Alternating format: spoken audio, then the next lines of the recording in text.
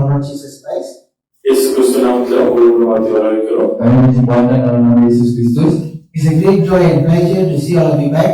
ஒவ்வொருவரையும் பார்ப்பதில் மிகவும் சந்தோஷம். Kami bergembira kerana dapat bertemu dengan anda sekali lagi.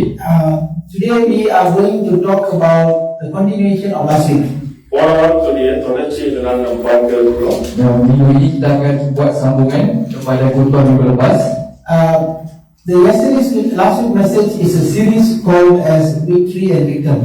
போன வாரத்துல நம்ம பார்த்தது வெற்றி அப்புறம் அகத்தை அப்படின்னு சொல்லிட்டு பார்த்தோம். Tajuk khutbah pada minggu lepas yang kita lihat adalah kemenangan atau mangsa. It is a series that today we are going to continue from part 2. இன்னைக்கு அதோட தொடர்ச்சியை இரண்டாவது பாகத்தை நம்ம பார்க்க இருக்கிறோம். Hari ini kita akan sambungkan sedikit lagi mengenai tajuk itu. Before we start, let's arise for a reading of the word from the book of Romans chapter 15 verse 14. ஆரம்பிக்கிறதுக்கு முன்பாக நம்ம ஒரு வசனத்தை எடுத்து வாசிப்போம். ரோமர் 15வது அதிகாரம் 14வது வசனம். Sebelum kita bermula, mari kita semua berdiri untuk membacakan ayat firman Tuhan dari buku Roma 15 ayat 14. Okay, all stand up and read. Those English can follow after me. And I myself also am persuaded of you, my brethren, that ye also are full of goodness, filled with all knowledge, able to admonish one another.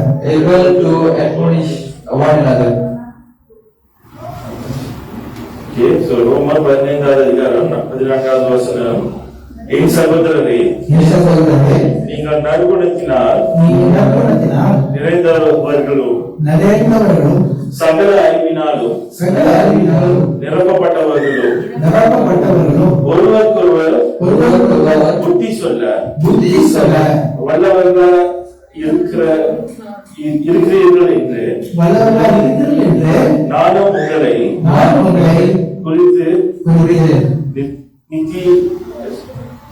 நிச்சயித்திருக்கிறேன். Mari kita baca Roma bab 15 ayat 14. Saudara-saudaraku, aku sendiri memang yakin tentang kamu bahwa kamu juga telah penuh dengan kebaikan dan dengan segala pengetahuan dan sanggup untuk saling menasihati. Amin. Father, in the name of Jesus, thank you for this time. Let your words speak for Holy Spirit. We want to hear in Jesus' name. Amen. Okay. Seperti mana as how we've been reading on Romans chapter 15 verse 14, you are already full of goodness and filled with all knowledge. ரோமர் 15வது அதிகாரம் 14வது வசனத்துல நம்ம வாழ்க்கையில எல்லா நற்குணமும் இருக்கு, எல்லா அறிவினாலும் நம்ம நிரப்பப்பட்டிருக்கோம்னு சொல்லிட்டு வசனம் சொல்லுது. And God wants you to admonish one another. So ஒருவர் புத்தி சொல்லணும்னு சொல்லிட்டு வசனம் சொல்லியிருக்கு. Seperti kita baca dalam Roma 15 ayat 14, kita ini sebagai manusia penuh dengan kebaikan dan segala pengetahuan dan juga kita perlu saling menasihati antara satu sama lain. This is what God requires from each and every one of you. So ஒவ்வொரு இடத்திலும் இந்த காரியத்தை தான் தேவன் எதிர்பார்க்கிறார். Inilah yang Tuhan mahukan daripada kita. And this stage is what we call as a maturing stage. So இந்த ஒரு பகுதி தான் நம்ம வளர்ச்சி அடைந்துட்டோம்னு சொல்லிட்டு நம்ம நிரூபிக்கிறோம். Dan fasa inilah yang dipanggil sebagai fasa kematangan. If you are not having that, then you are not grown, probably a baby. So நம்ம இந்த படிவத்தை நம்ம அடையலன்னா நம்ம குழந்தை படிவத்துல தான் இருக்குன்னு சொல்லிட்டு அர்த்தம். நம்ம வளரலன்னு சொல்லிட்டு ஒரு அர்த்தம். Kalau kita tidak berada di fasa ini bermaksud kita masih berada di dalam fasa bayi. Okay, I think last week we spoke about the infants, how they behave and how they enjoy the things of God. So போன வாரத்துல நம்ம என்ன பார்த்தோம்னா நம்ம குழந்தை குறித்து பார்த்தோம். குழந்தை எப்படி வளர்கிறது, அதோட குணாதிசயம் எப்படி இருக்கு அப்படின்னு சொல்லிட்டு நம்ம சில காரியங்களை பார்த்தோம். Pada minggu lepas kita sudah berbincang sebagaimana seorang bayi makan, minum dan membesar. Similarly, as a newborn in the kingdom of God, you also get baptized and you start receiving blessings from God and others. So நம்ம வந்து அப்படியே வந்து நம்ம தேவனுடைய ராஜ்யத்துல நம்மள வந்து குழந்தையா இருந்து நம்ம நல்ல காரியங்களை வந்து பெற்று நம்ம வந்து வளர்றோம்னு சொல்லிட்டு நம்ம பார்த்தோம். Sama seperti dalam kerajaan Yesus Kristus, kita menjadi baik apabila kita menerima Yesus Kristus dan mendapatkan baptism dan juga menerima segala rahmat daripada Tuhan. So that is baby state. Everything is nice. இந்த குழந்தை பருவத்துல எல்லாமே வந்து நல்லா இருக்கும். அது அப்படியே தான் வந்து Apabila kita berada dalam fasa baik, semuanya menarik, semuanya seronok. You will feel God's hand is upon you and you are enjoying the pleasure of God. You are so happy, you are so glad. Wow, wow, wow, wow. அந்த நேரத்துல வந்து தேவனுடைய கரம் வந்து நம்ம மேல இருக்கு, எல்லா நன்மையும் வந்து நம்மளுக்கு வந்து செய்யறாங்கன்னு சொல்லிட்டு வான்னு சொல்லிட்டு நம்ம அந்த நேரத்துல வந்து நம்ம இருப்போம். Pada ketika itu kita akan merasa seronok. Wow, wow, Tuhan berada bersama dengan kita, Tuhan berada bersama dengan kita, semua perkara berlaku dengan mudah. And not only the people, not only God, but the people in the family, in the body of Christ also will be there around you to help you, to nurture you, to feed you. You are enjoying the company. So தேவன் மாத்திரம் இல்ல, தேவனுடைய பிள்ளைகள் ஒவ்வொருவரும் அவர் சமூகத்துல எல்லா காரியமும் வந்து நம்மளுக்கு நல்லா செய்வாங்க. எல்லா காரியமும் வந்து நம்மளுக்கு ஆறுதலை கொடுத்து எல்லா காரியத்தையும் வந்து நம்மளுக்கு செய்து நம்மள வந்து அப்படியே வந்து பார்த்துக்குவாங்க. Bukan Tuhan saja, tetapi orang-orang yang berada di dalam persekutuan maupun orang-orang yang berada di sekeliling kita akan semua untuk membantu kita, akan menasihati kita, akan menguatkan emosi kita. But this is the state that most of the churches are stuck with. They always want to be in that state. ஆனா இந்த நிலையில தான் அநேக சபைகள் வந்து இதனால வந்து மாட்டிக்கொண்டிருக்கு. அது வந்து அந்த படிவத்திலே வந்து இருந்துலான்னு சொல்லிட்டு பார்த்தோம். Sebenarnya ramai penganut yang masih berada di dalam fasa ini. They never become a disciple. They always want to be a baby. அவங்க எப்போதும் வந்து ஒரு குழந்தை போல வந்து இருக்கணும்னு சொல்லிட்டு ஆசைப்படுவாங்க. அவங்க வந்து வளரணும், பெரியவர்கள் ஆகணும்னு சொல்லிட்டு ஆசைப்படுவாங்க. Mereka tidak ingin menjadi seorang pengikut, tetapi mereka masih mahu menjadi seorang baik. Okay, today let's talk about today's message called maturing state of children of God.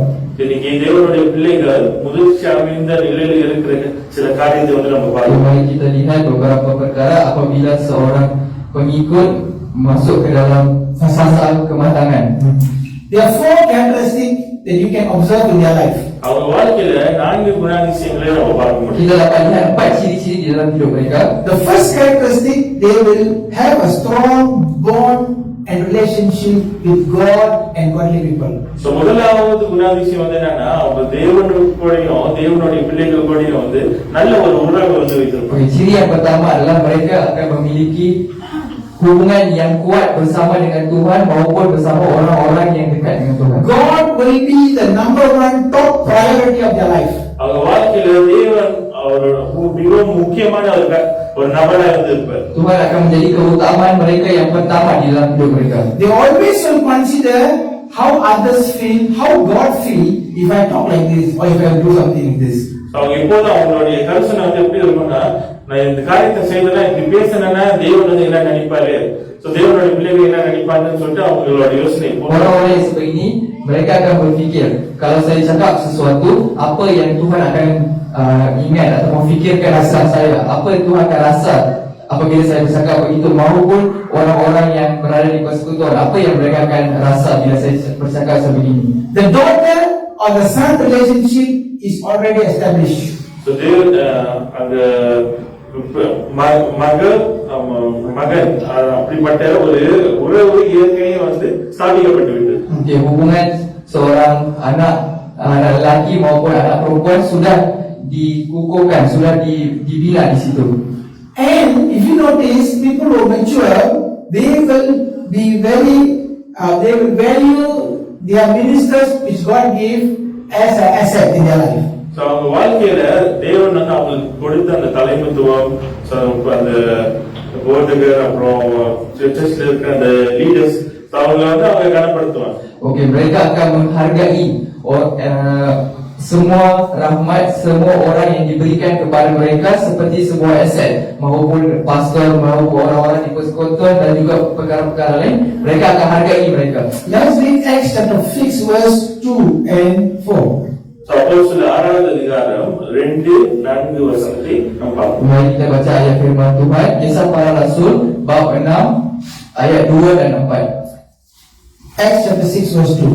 Then the 12 disciples called the multitudes of the disciples unto them and said, It is not reason that we should leave the word of God and serve tables. Okay, verse 4. But we will give ourselves continuously in prayer and to minister of the word. அப்போஸ்தலர் 6வது அதிகாரம் 2-4 வசனங்கள். 2வது வசனம், அப்பொழுது 12 சீஷர் கூட்டத்தை வரவழைத்து, நாங்கள் தேவ வசனத்தை போதியாமல் பந்தி விசாரணை செய்வது தகுதி அல்ல. 4வது வசனம், நாங்களோ ஜெபம் பண்ணுதலிலும் தேவ வசனத்தை போதிக்கிற ஊழியத்திலும் இடைவிடாமல் தரித்திருப்போம் என்றார்கள். Okay, mari kita baca Kisah Para Rasul bab 6 ayat 2 dan 4. Ayat 2, berhubungan dengan itu, ke-12 rasul itu memanggil semua murid berkumpul dan berkata, kami tidak merasa puas kerana kami telah melalaikan firman Tuhan untuk melayani meja. Ayat 4, dan supaya kami sendiri dapat memusatkan fikiran dalam doa dan pelayanan firman. Today, if you notice, the churches today, if you notice the pastors, all the leaders, all the elders, you notice they are so busy serving the people. இன்னைக்கு சபை வந்து பார்க்கிற வேலையில போதுகிறோ இல்லைன்னா மற்ற தலைவர்களோ அவங்களுடைய கூட்டத்தில் இருக்கிறவங்களுக்கு ஊழியம் செய்யறதே வந்து ரொம்ப நேரம் வந்து அவங்க செலவு பண்றாங்க. Hari kalau kita lihat di dalam gereja, di gereja sini maupun di luar, ramai orang yang ramai pastor maupun orang-orang tertinggi di dalam sebuah persekutuan itu melayani orang-orang di dalam persekutuan itu lebih daripada Tuhan. They have no time for prayer, they have no time to read the word. அவங்களுக்கு ஜெபிக்கிறதுக்கு நேரம் இல்ல, வேத வசனத்தை வாசிக்கிறதுக்கு நேரம் இல்லாம sehingga kan mereka tidak mempunyai masa untuk berdoa kepada Tuhan maupun tiada masa untuk membaca ayat firman Tuhan. If the leader or the pastor or the elder does not read the Bible and don't spend time with God, the church is gone. So அந்த தலைவர்கள் போதகர்கள் தேவனோடு நேரத்தை வந்து செலவு பண்ணி வசனத்தை வாசிக்காம இருந்தாங்கன்னா அந்த ஜனங்கள் வந்து போச்சு.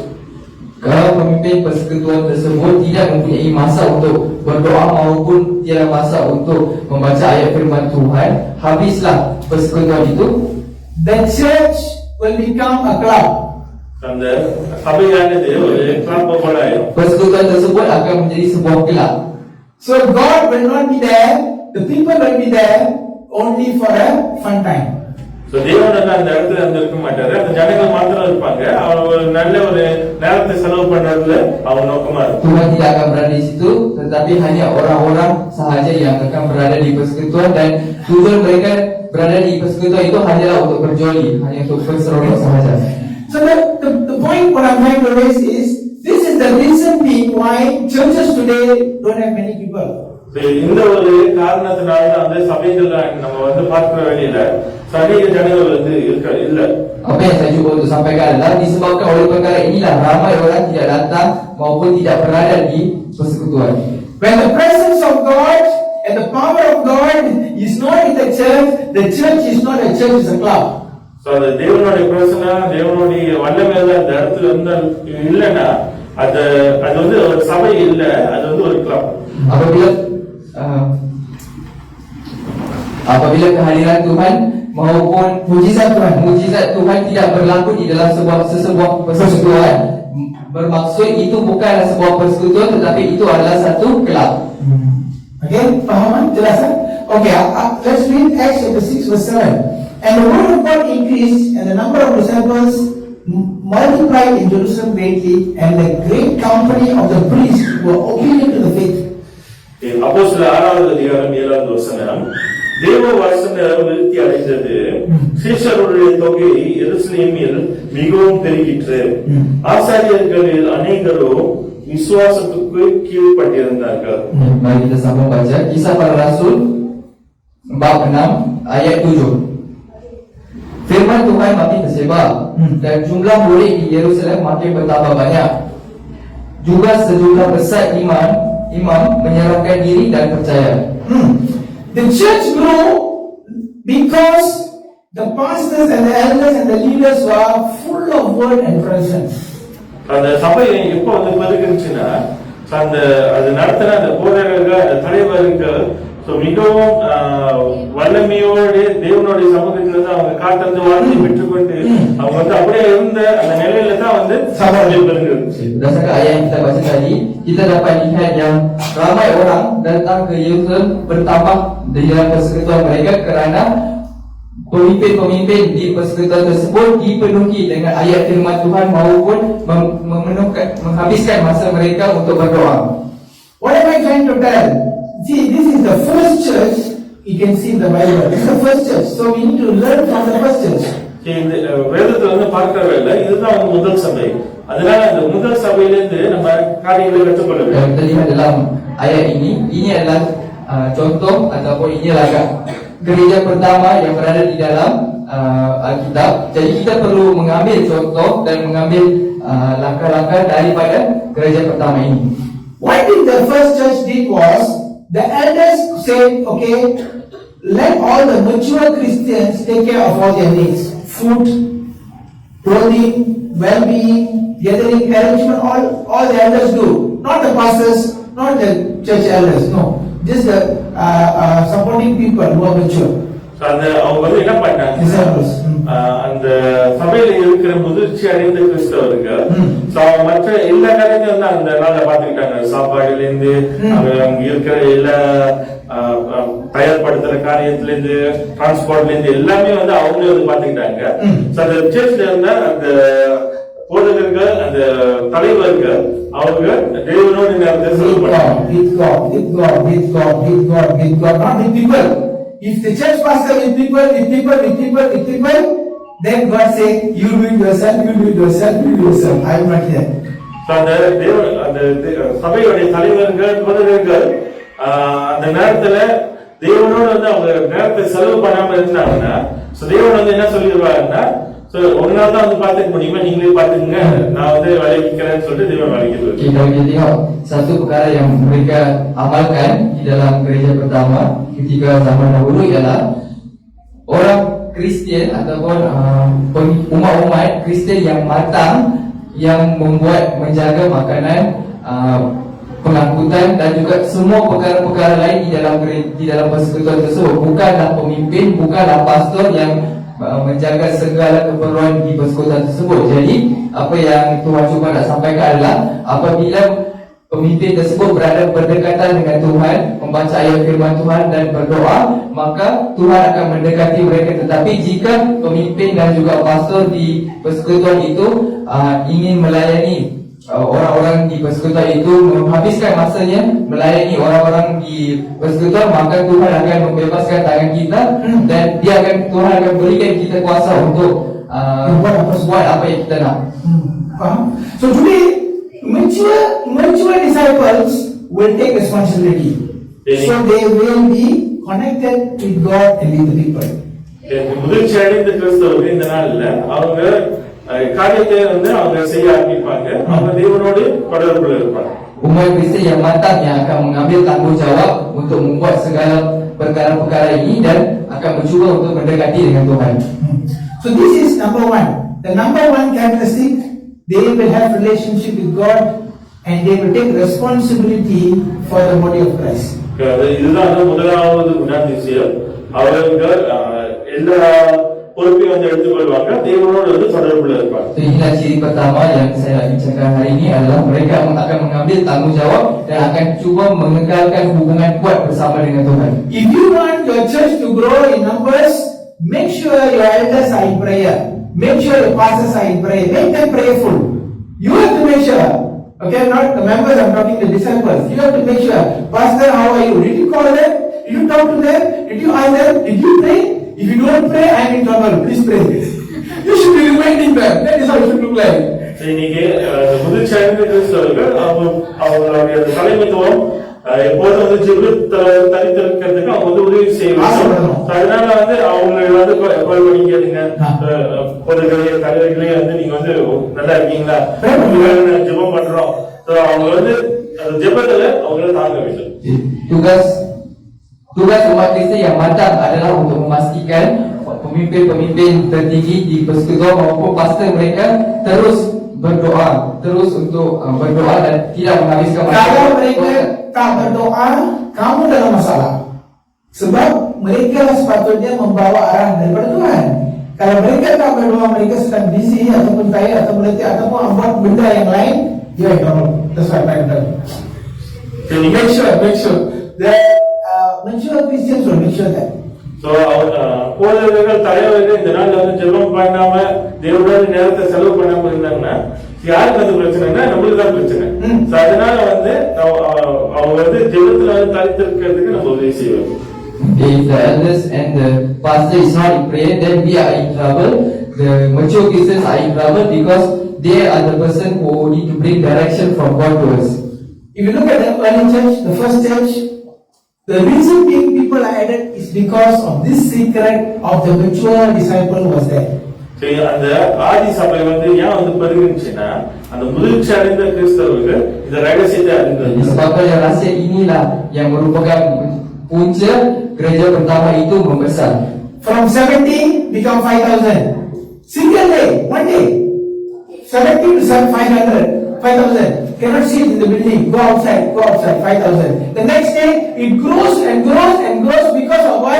Not because of the pastor, it's because of the mature Christians who are doing their job. So இந்த நாள்ல பார்க்கறதுல முதல்ல 70 பேர் ஒரே நாள்ல 5000 பேர் ஆவாங்க. அதனால அந்த இடம் வந்து அவங்களுக்கு இடம் கொள்ள முடியாதபடிக்கு அவங்க வேற இடத்துக்கு போக வேண்டிய ஒரு சூழ்நிலை. Dalam masa sehari pengikut persekutuan pada zaman dahulu daripada bilangannya yang 70 bertambah menjadi 5,000 dalam masa sehari. Hal ini berlaku kerana pemimpin dan juga pastor mereka berada di dalam doa dan juga dalam ayat firman Mature Tuhan. Christian make sure their pastor is in prayer, and that's the reason the church grew. அந்த முதிர்ச்சி அடைந்த கிறிஸ்தவர்கள் அவங்க அந்த போதகர்கள் ஜெபத்தில் இருக்கிறதுக்கு அவங்க வந்து உதவி செய்ய வேண்டும். அதுதான் வந்து அந்த சபை பெருக்கிறதுக்கு அது ரகசியமே இருக்கு. Umat Kristian yang matang memastikan pemimpin mereka dan juga pastor mereka berdoa dan berada bersama dengan Tuhan, dan itulah punca pengikut mereka bertambah. How many of you want the church or this gathering to grow to thousands and hundreds and thousands? How many want that? Feel that? Can you clap your hands? Say hallelujah. இந்த சபை வந்து வளரணும், பெருக்கம் வந்து இருக்கணும்னு சொல்லிட்டு ஆசைப்படுறோம். Okay, berapa orang di sini nak gereja kita bertambah ahli dan menjadi penuh di sini sehingga kan kita terpaksa keluar. Amen. Amin. Kalau itulah yang diperlukan, kalau itulah yang diimpikan, tugas anda adalah untuk memastikan pastor-pastor kamu berdoa dan pastor-pastor kamu berpuasa, pastor-pastor kamu connected with God. Make sure he does it.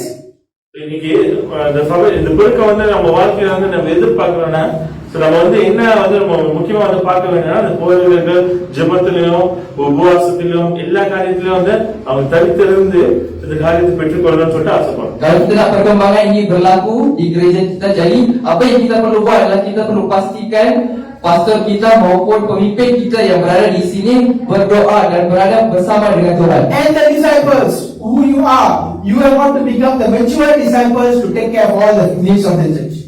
முதிர்ச்சி அடைந்த கிறிஸ்தவர்களாய் நம்ம ஒவ்வொருவரும் வந்து மாறி நம்ம எல்லா சபையில இருக்கிற தேவைகளை எல்லாத்தையும் வந்து பார்க்க நம்ம தயாரா இருக்கோம். Dan anda yang berada di sini perlu menjadi umat Kristian yang lebih matang untuk menjaga segala keperluan dan kelengkapan yang berada di gereja ini. Okay, this is the point one. Strong relationship of bond with God and the servants of God. இதுதான் வந்து முதலாவது குணாதிசயம். தேவனோடும் தேவ பிள்ளைகளோடும் நல்ல ஒரு உறுதியான ஒரு உறவுல இருக்கு. Jadi itulah poin pertama kita pada hari ini, yaitu memiliki hubungan kuat bersama dengan Tuhan maupun dengan orang-orang yang berada di dalam persekutuan. Second characteristic of a mature Christian. இரண்டாவது குணாதிசயம் முதிர்ச்சி அடைந்த கிறிஸ்தவர்கள். Ciri yang kedua adalah they will begin to sacrifice. தியாகத்தை வந்து பண்ண ஆரம்பிப்பாங்க. Mereka akan mula membuat pengorbanan. Let's read Luke chapter 9 verse 24 and 25. லூக்கா 9வது அதிகாரம் 24-25 வசனத்தை பார்ப்போம். Okay, mari kita baca Lukas bab 9 ayat 24 dan 25. Luke chapter 9 verse 24. And whosoever will save his life will lose it, and whosoever will lose his life for my sake the same will save it. 25. For what is a man advantaged if he gain the whole world and lose himself but be of cast away? லூக்கா 9வது அதிகாரம் 24-25 வசனம். தன் ஜீவனை ரட்சிக்க விரும்புகிறவன் அதை இழந்து போவான்.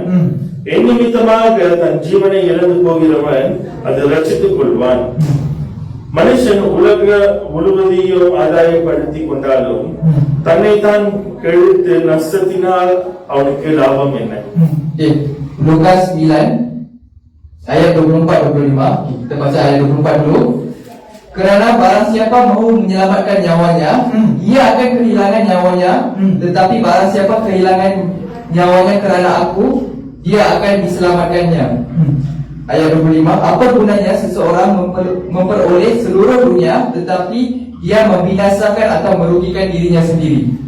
Today, if you want to be great in the eyes of people and you want to become big and everyone praise you, you are actually losing your life in the eternity.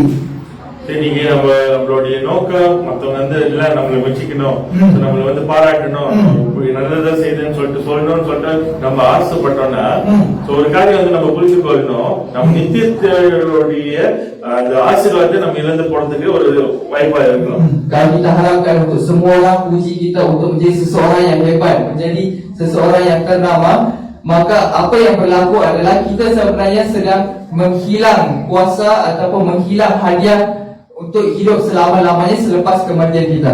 If you notice in this world, many rich people, sorry, not all, many, I'm telling many rich people, they sell their soul to the devil and they get money and riches and name.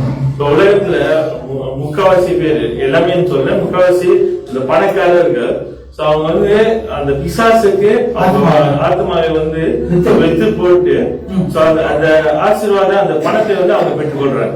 Kalau kita tengok ramai orang kaya, bukan semua tetapi ramai orang kaya menjual diri maupun menjual roh mereka kepada syaitan untuk mendapatkan kekayaan dunia maupun mendapat influence atau pengaruh.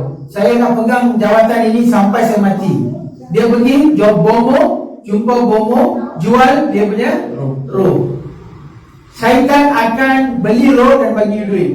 So jangan envy them. Do not envy such people. அவங்க பாத்தீங்கன்னா அவங்க ஒரு பதவி இல்லைன்னா ஒரு ஆளுகை வந்து அவங்களுக்கு இருக்கணும்னு சொல்லிட்டு அவங்க போய் பூமாவை போய் பார்த்து அவங்க ஜீவனை வந்து வித்து அந்த பணத்தை அந்த ஆளுகை அந்த பதவி எல்லாத்தையும் வந்து அவங்க பெற்று அவங்க இருக்காங்க. அதனால வந்து அவங்களுக்கு குறித்து நம்ம பொறாமைப்படக்கூடாது. Bukan sekadar duit tetapi mereka juga akan cuba untuk menginginkan pangkat dan juga menginginkan kuasa dalam sesebuah pengaruh dan juga kuasa dalam setengah tempat. Jadi apa yang kita patut buat adalah kita janganlah cemburu dengan apa yang mereka dapat, because their eternity is fixed already to hell. ஏன் வந்து நம்ம வந்து பொறாமைப்படக்கூடாதுன்னா அவங்களுடைய நித்தியம் வந்து நரகம் சொல்லி ஏற்கனவே முடிவு பண்ணியாச்சு. Kenapa kita tidak patut cemburu terhadap mereka? Kerana destinasi mereka sudah ditetapkan, yaitu ke neraka. So today you may be sacrificing a lot of things for God. You may be doing everything. Nobody knows you. Nobody say you're good. Nobody praise you. God says, I will bless you when you come to me. நீங்க நம்மளுடைய நிலை வந்து நல்ல காரியம்லாம் செய்யறேன், இந்த காரியம்லாம் செய்யறேன், தியாகம்லாம் செய்யறேன், ஆனா வந்து யாரும் வந்து நீ எனக்கு வந்து நல்ல ஒரு வார்த்தை வந்து சொல்ல மாட்டேங்கிறாங்க, சொல்ல மாட்டேங்கிறாங்க, தெரியாத மாதிரி இருக்காங்க அப்படின்னு சொல்லிட்டு நம்ம யோசிக்கலாம். ஆனா தேவன் நம்மளுக்கு பார்த்து சொல்லுகிறது, நான் வந்து நீ செய்த காரியத்தை நான் மறக்கல, நித்தியத்துல அவனை ஆசீர்வதிக்கிறேன் அப்படின்னு சொல்லிட்டு தேவன் சொல்லுது. Mungkin hari ini ramai yang di sini telah mengorbankan banyak benda, telah melakukan banyak benda, korbankan diri, korbankan segala perkara yang kita miliki untuk Tuhan, untuk kerja-kerja Tuhan, tetapi tiada sesiapa yang menghargai kita, tiada sesiapa yang memberikan ayat-ayat yang baik yang menenangkan hati. Tetapi apa yang Tuhan cakap adalah Tuhan lihat segala pengorbanan yang kita buat dan dia akan menghadiahkan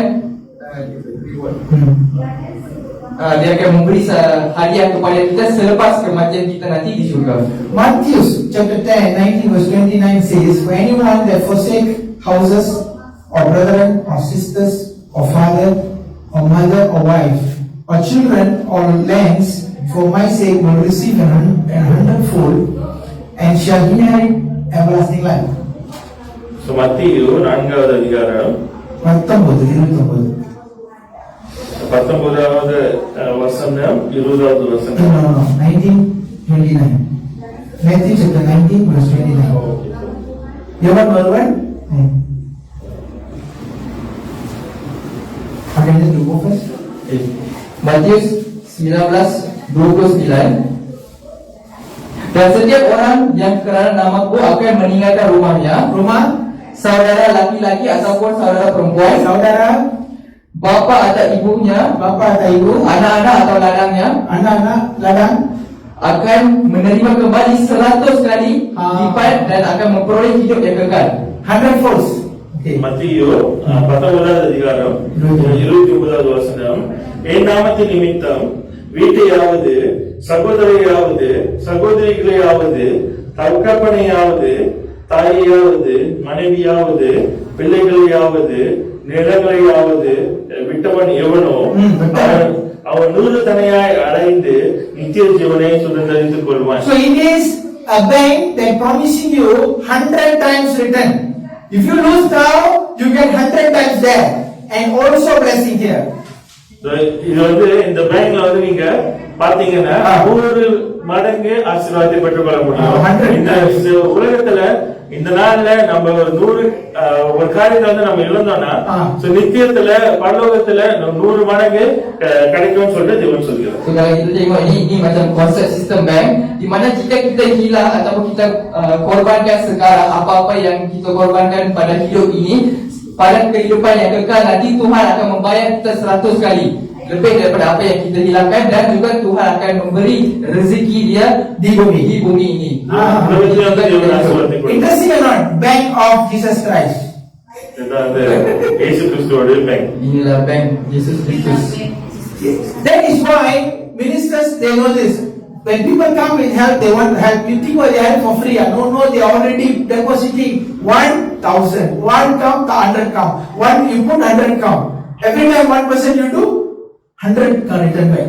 அதனாலதான் தேவனோட ஊழியக்காரர்கள் வந்து நம்ம பார்க்கிற வழியில எப்போ வந்து உங்களுக்கு தேவை இருக்கோ அவங்க உதவி செய்யணும்னு நான் சொல்றாங்க. காரணம் அவங்க தெரியும், இந்த ரகசியத்தை அவங்க அறிந்திருக்காங்க. எப்போ வந்து ஒரு காரியத்தை கொடுக்குறாங்கன்னா ஒரு காரியம் வந்து கிடைக்கும், 10 காரியத்தை கொடுக்குறாங்கன்னா 1000 காரியம் அவங்க அறிந்திருக்காங்க. Itu lagi tadi orang-orang yang rajin buat kerja Tuhan, mereka suka sangat nak bantu orang lain, bukan sebab mereka buat untuk secara free, tetapi mereka tahu account bank Yesus Kristus di mana jika kita beri 1, kita akan dapat balik 10. Kalau 100, kalau kita bagi 100, Tuhan akan bagi balik 10,000. So tambah 2 tepuk tangan.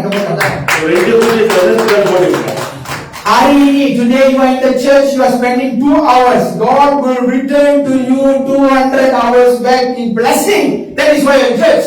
இன்னைக்கு நம்ம சபையில வந்து 2 hour வந்து நம்ம உட்கார்ந்து இருக்கிறது, தேவன் வந்து என்ன சொல்றாருன்னா, நான் 200 மணி நேர ஆசீர்வாதத்தை உங்களுக்காக வந்து நான் கொடுப்பேன்னு சொல்லிட்டு தேவன் சொல்லுகிறார். Hari ini kita meluangkan atau kita korbankan 2 jam kita untuk berada di gereja ini, dan apa yang Tuhan menjanjikan kepada kita ialah Dia akan berikan rezeki ataupun rahmat sebanyak 200 jam sama seperti sebanyak 200 jam kepada kita kembali. You did not give an excuse. You did not say I got work. You did not say I got this, I got that, I'm tired. No. You are here. That proves you are sacrificing. நம்ம இந்த நாள்ல ஒரு சாக்கு போக்கு சொல்ல, எனக்கு வேலை இருக்கு, இந்த காரியம் இருக்கு, அந்த காரியம் இருக்குன்னு சொல்லி நம்ம எந்த ஒரு சாக்கு போக்கும் நம்ம சொல்லாம தேவனுக்கு முக்கியத்துவம் கொடுத்து நம்ம இந்த இடத்துல உட்கார்ந்து இருக்கோம். அது நம்மளோட தியாகத்தை வந்து வெளிப்படுத்துகிறது. Kita tidak memberi alasan bahawa kita kerja kita ada perkara-perkara lain yang lebih penting, tetapi kita habiskan masa kita untuk berada di gereja, dan perkara itulah yang Tuhan nampak dan Dia ingin membayar balik dengan rahmat-Nya. We cannot cheat God. God does not hear what you say. God see what you do. So, நம்ம சொல்ற காரியத்தை வந்து தேவன் கேட்டு ஏமாற போறது இல்ல.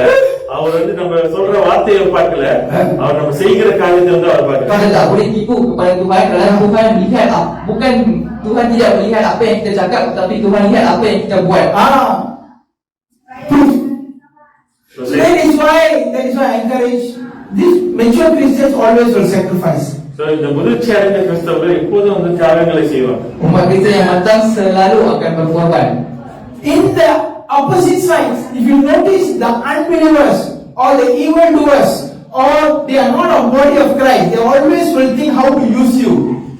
ஆனா வந்து நீங்க வெளியில வந்து பாக்குற எதிர்மாறான நபர்கள் வந்து பாக்குற வேலையில அவங்க எப்போதும் வந்து என்ன யோசிப்பாங்கன்னா எப்படி வந்து நம்மளை பயன்படுத்தலாம், எப்படி நம்மளுக்கு வந்து ஆதாயப்படுத்தலாம்னு அவங்க பார்ப்பாங்க. Tapi kalau kita lihat daripada segi lain, daripada kehidupan orang-orang yang tidak percaya daripada Tuhan ataupun orang Kristian yang tidak matang, mereka akan cuba untuk menggunakan kita. Duduk di dalam bas 10 minit bersembah. Lepas 10 minit boleh beli polisi tak? Insurans polisi. Bukan insurans lah, saya cakap polisi, saya tambah nanti orang insurans lah. There's always something behind they want to get from you. These people, they are not godly. They are not the children of God. வந்து 10 நிமிஷம் வந்து ரொம்ப நல்லா வந்து பேசுவாங்க, நம்மளும் வந்து அறிஞ்சிருவோம்.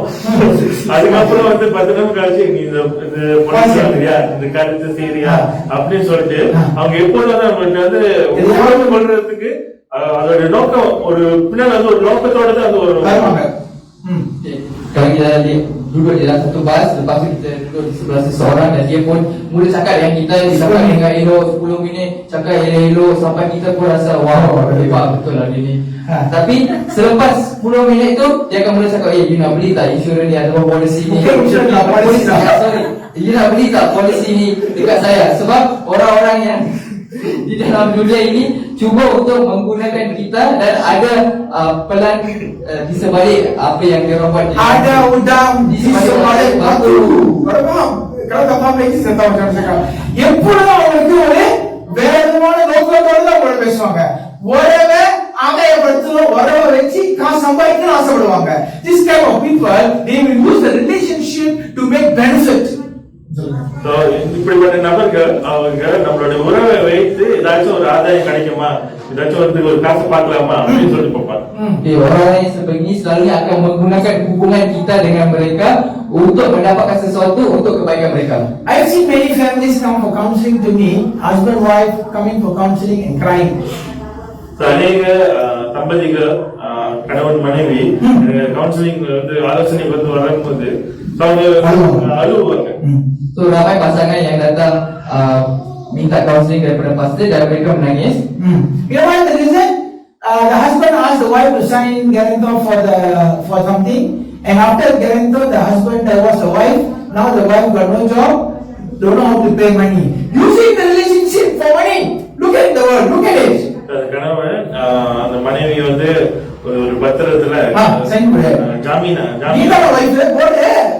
ஜாமீனா சைன் போட்டு விவாகரத்து பண்ணிட்டோன்னு அந்த மனைவி வந்து அவங்க காசு கட்டுறது இல்ல அந்த கணவன். அதனால வந்து மனைவி வந்து பேங்க்காரங்க தேடிட்டு வந்து அதுவும் தேடிட்டு வந்து காசு கட்டு அவங்க வந்து அழுதுகிட்டு எப்படி வந்து என்ன செய்யறதுன்னு சொல்லி யோசிச்சுக்கிட்டோம். So kenapa ni contoh kenapa mereka menangis adalah sebab suami itu dah berkahwin dengan wanita itu ataupun isteri itu. Selepas itu mereka pergi membuat satu pinjaman duit dan suami itu menyuruh isterinya untuk menjadi guarantor untuk pinjaman suami itu. Dan selepas mereka sudah buat perjanjian itu ataupun sign guarantor itu, suaminya cerai dengan isteri dia. Selepas suaminya cerai dengan isteri dia, suami dia pun menghilang, tidak bayar hutang tu. Jadi orang-orang bank ataupun alun tu datang ke rumah si isteri tu minta untuk dia bayar, dan lagi pun isteri tu tak bekerja. This is an example how people use a relationship for profit. இதுதான் வந்து ஒரு உதாரணம் எப்படி வந்து ஒரு நபர் இன்னொரு நபர் வந்து ஒரு உறவு, அவங்க இருக்கிற உறவை வைத்து ஆதாயத்தை வந்து தரும். So ia adalah contoh di mana orang-orang kita menggunakan hubungan untuk mendapatkan kebaikan. Today God is telling you, use your money to make relationship. Don't use your relationship to get money. சரி, தேவன் நம்ம வந்து பார்த்து சொல்றது வந்து என்னன்னா, நம்மளோட பணத்தை வந்து பயன்படுத்தி உறவை வந்து கட்டு. உறவை வைத்து பணத்தை சம்பாதிக்காத. Apa yang Tuhan cuba untuk sampaikan kepada kita adalah gunakan duit kita untuk memuatkan ataupun untuk membina hubungan baru dengan orang, tapi janganlah kita menggunakan hubungan itu untuk mendapatkan duit ataupun segala rezeki daripada mereka. Bantuan sahaja. Faham? Jelas ah? So mature Christians, they will always think how to give. They will never think how to receive. They will not think that way. முதிர்ச்சி அடைந்த கிறிஸ்தவர்கள் எப்படி வந்து கொடுக்கணும்னு சொல்லிட்டு யோசிப்பாங்க, எப்படி ஒரு காரியத்தை வந்து மற்றவங்க பெற்றுக்கொள்ளணும்னு சொல்லிட்டு அவங்க யோசிப்பாங்க. Umat Kristian yang matang selalunya berfikir macam mana kita nak memberi, bukan macam mana kita nak menerima daripada orang tu. That is why when you call me and you talk to me, I always, when you talk to me, the thing that is behind my mind, today I'm telling you, the thing that is behind my mind, I always will think, how can I give something which is the right thing to them at that moment. That will be my mind. சரி, நீ ஒரு காரியத்தை இடத்துல வந்து சொல்ற வேலையில எனக்கு தானாகவே வந்து என்ன நான் யோசிக்க ஆரம்பிப்பேனால, எப்படி வந்து இன்னைக்கு ஒரு காரியத்தை உங்கள்கிட்ட வந்து கொடுத்து அவங்களுக்கு தேவையான காரியம் அந்த நேரத்துல அவங்களுக்கு எதிர்பார்க்கிற ஒரு காரியத்தை எப்படி வந்து நான் கொடுக்க முடியும்னு சொல்லிட்டு நான் யோசிச்சேன். So hari ini kalau anda call dengan pastor dan bercakap dengannya, apa yang berlaku di sebalik fikiran pastor adalah dia akan fikir macam mana untuk memberikan sesuatu rezeki tersebut kepada orang tu dan pastikan rezeki itu sesuai dengan keperluan mereka. Because I know the bank of Jesus Christ work with 1 and 100 concern. காரணம் எனக்கு தெரியும், இயேசு கிறிஸ்துவோட வங்கி பேங்க் வந்து எப்படி வந்து செயல்படும்னா 1க்கு 100. You want or don't want? You want? So sebab pastor tahu bahawa bank Yesus Kristus memberi interest sebanyak bila kita 100 kali ganda. kita akan dapat balik 100 kali ganda. Jadi saya tahu rahsia ini. Sebab itu saya nak bagi, bukan sebab dia minta. Faham tak? You call pun sedang, you mau perlu apa-apa pun tak. Lepas tu fikir, okay, kita beli ni, kita bagi ni, kita tak kira pasal mereka sebab apa? Kita tahu ini rahsia. Dalam peluang sudah. Okay, gunakan peluang untuk memberi. That is how mature Christian thinks. எப்படியா வந்து முதிர்ச்சி அடைந்த கிறிஸ்தவர்கள் யோசிப்பாங்கன்னா, எப்படி வந்து இந்த சூழ்நிலையில நான் வந்து இந்த காரியத்தை வந்து நான் கொடுக்க முடியும், என்ன காரியத்தை கொடுக்க முடியும், எப்படி கொடுக்க முடியும்னு சொல்லிட்டு அவங்க யோசிக்க ஆரம்பிப்பாங்க. Orang Kristian yang matang akan cuba untuk memberi kepada orang, bukan yang mengambil daripada orang lain, sebab mereka tahu rahsia ini di mana apabila mereka memberi, Tuhan akan membayar balik dengan interest 100 kali. Saya ni sudah belajar secret. Okay, Matthew 4 verse 18, this I don't need to read. 4:18 and 22, it says Jesus Christ was walking beside the sea and he's calling Peter, Simon, which is called Peter, come, become my disciple. So இந்த கதையில வந்து நம்ம பார்க்கறதுல மத்திய 4வது அதிகாரம் 18-22 வசனத்துல நம்ம பார்க்கறதில்ல. சோ இயேசு கிறிஸ்து அப்படியே கடலோரத்துல நடந்து போய் கொண்டிருக்காரு. சோ அந்த இடத்துல வந்து மீனவர்கள் அந்த இடத்துல வலையை வந்து பிடி கொண்டிருக்காங்க. தேவன் வந்து அவங்க வந்து பார்த்து என்னோட சீஷரை வான்னு சொல்லிட்டு அவர் வந்து அழைக்கிறார். Kita tengok dalam Matius 4:18 dan ayat 22, kita dapat lihat di sana Yesus sedang berjalan di lautan Galilea. Kemudian dia lihat dua orang, iaitu Simon dan juga Petrus sedang menangkap ikan di sana, dan apa yang Yesus buat di sana adalah Yesus memanggil mereka untuk menjadi pengikutnya. If you want to look at verse 22, immediately they left the sheep of their father and followed him. So அங்க வந்து என்ன பண்ணப்பட்டிருக்குன்னா 22வது வசனத்துல அவங்க உடனடியா அவங்களோட தகப்பனுடைய அந்த படகை விட்டு அவர் பின்னால வந்தாங்கன்னு வந்து போடப்பட்டிருக்கு. Kalau kita lihat dalam ayat 22, dan mereka segera meninggalkan kerja mereka dan juga bapa mereka untuk mengikut Yesus Kristus. Because this Peter and Andrew, they know the secret of 1 to 100. ஏன்னா அந்த சீமோன் பேதுருவுக்கும் அந்திரியாவுக்கும் என்ன வந்து தெரிஞ்சிச்சுன்னா அந்த அந்த ரகசியம் 1:100 அந்த ரகசியத்தை அவங்க அறிந்திருந்தாங்க. Mengapa mereka buat sedemikian? Kerana mereka tahu konsep Tuhan ataupun bank Tuhan di mana Tuhan akan memberi 100 kali ganda apabila mereka membuat kebaikan untuk Tuhan. Andrew said, I'm coming. I'm 1,100. Okay. Then Peter said, I also coming. Because they all know 1 to 100 concept works. So they immediately volunteer to Jesus Christ to become the disciple. So அந்திரியா வந்து நான் வரேன்னு வந்து சொல்றாரு, சீமோன் பேதுரு நான் வரேன்னு சொல்றாரு.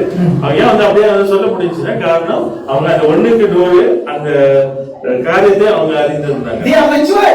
அவங்க வந்து முதிர்ச்சி அடைந்தவர்களா இருந்தாங்க. Kedua orang ini terus dengan segalanya nak menjadi pengikut Yesus Kristus kerana mereka tahu rahsia ini di mana Tuhan memberi 100 lipat kali ganda kepada mereka jika mereka ikut dengannya dan buat segala kebaikan dengannya. If you notice, this Andrew and Peter, Simon called Peter, they all have family, they all have children, they all have, I don't know whether they have bank loan or not, I don't know. But then they have their own responsibility. If you notice in the Bible, not even one time is written, they did not have enough. God provided. நீங்க பாத்தீங்கன்னா அவங்க சீமோன் பேதுருக்கும் அந்திரியாவுக்கும் அவங்க குடும்பம் வந்து இருந்துச்சு. அவங்க வந்து காரியங்களை அந்த குடும்பத்துக்கு செய்ய வேண்டியதா இருந்துச்சு. அவங்களுக்கு வந்து பேங்க் லோன் இருந்துச்சான்னு சொல்லிட்டு தெரியல. இருந்தாலும் அவங்களுக்கு வந்து அநேக பொறுப்புகள் இருந்துச்சு. ஆனா நம்ம இந்த வேதத்துல நம்ம தொடர்ந்து நம்ம வாசிக்கிற வேலையில எந்த ஒரு இடத்துலயும் அவங்களுக்கு குறைவா போடவே இல்லை. தேவன் எல்லா தேவைகளையும் வந்து அவங்களுக்கு செஞ்சார். Kalau kita lihat dalam kehidupan dua orang ini yang kita baca dalam ayat 22, 18 dan 22, masing-masing memiliki tanggungjawab yang berbeza. Setengah ada mereka memiliki keluarga mereka, mereka memiliki anak-anak dan ada tanggungjawab lain yang perlu mereka pikul. Tak tahulah zaman dulu dia orang ada pinjaman bank atau tidak, itu kita tidak pasti. Tetapi tidak pernah pun tertulis di dalam Alkitab kita bahawa mereka kekurangan keperluan mereka kerana Tuhan memberikan dan memastikan keperluan mereka dipenuhi. And if you notice, Judas Iscariot was the treasurer of the disciples. Judas Iscariot collected all the money. They funded every forms in every families. Judas did a good job, Don't look down on him. Judas Iscariot வந்து அவர் வந்து அவரோட பொறுப்பு வந்து என்னன்னா எல்லா ஊழியத்திலும் வர அந்த பணம் எல்லாத்தையும் வந்து எடுத்து தேவையான குடும்பங்களுக்கு அவர் கொடுக்கறது தான் அது அவரோட வேலை. அதனால வந்து அவர் குறித்து வந்து நம்ம குறை சொல்லக்கூடாது. Salah satu pengikut Yesus Kristus bernama Yudas. So Yudas ni kerja dia untuk mengumpulkan segala duit yang dapat yang orang beri kepada Yesus Kristus apabila beliau membuat kerja-kerja Tuhan, dan dia akan simpan dan mengagihkan segala rezeki itu kepada setiap keluarga yang Tuhan nak. So kita janganlah pandang rendah kepada dia sebab dia mengkhianati Yesus Kristus, tetapi dia telah membuat kerja yang bagus untuk Tuhan. If you notice, Jesus Christ not even once asked for any money from any people. Jesus Christ never asked. இயேசு கிறிஸ்து ஒரு இடத்துல கூட அவர் வந்து பணத்தை வந்து அவர் யாரிடத்துலயும் கேட்கல. Kita tak dapat nak cari dalam ayat firman Tuhan di mana Yesus Kristus meminta duit daripada pengikutnya ataupun daripada orang lain. Then how did Jesus get all the provision? Question. கேள்வியானது, அப்புறம் தேவனுக்கு அவருடைய தேவைகளுக்கு எப்படி அவருக்கு வந்து காசு கிடைச்சு? எப்படி வந்துச்சு? Tetapi dari manakah dia mendapat segala duit untuk melakukan kerja Tuhan? Because the people know the concept. Whenever you pour into Jesus ministry 1 ringgit, you will get 100 ringgit. So everybody take turn to be the first to give. காரணம் அங்க இருந்த ஜனங்களுக்கு வந்து என்ன வந்து அவங்க இயேசு கிறிஸ்துவோடைய ஊழியத்துல அவங்க வந்து செலவு பண்ணாங்கன்னா அவங்க ஒரு பாகத்துக்கு 100 பாகம் வந்து அதனால அவங்க எல்லா தேவைகளும் வந்து சந்திக்க ஆரம்பிச்சாங்க. Kerana mereka tahu apabila mereka mengorbankan ataupun bila mereka invest di dalam dalam kerja-kerja Tuhan Yesus Kristus ataupun dalam kerajaan syurga, mereka akan mendapatkan 100 lipat kali ganda daripada syurga, daripada Tuhan, dan disebabkan itulah mereka menjadi terlalu gembira sehingga nak menjadi orang yang pertama. Saya dulu. Tak duit, saya dulu. Pada saya dulu, semua saya dulu. Dia mau dia dulu sebab dia tahu ini bank macam ni punya konsep.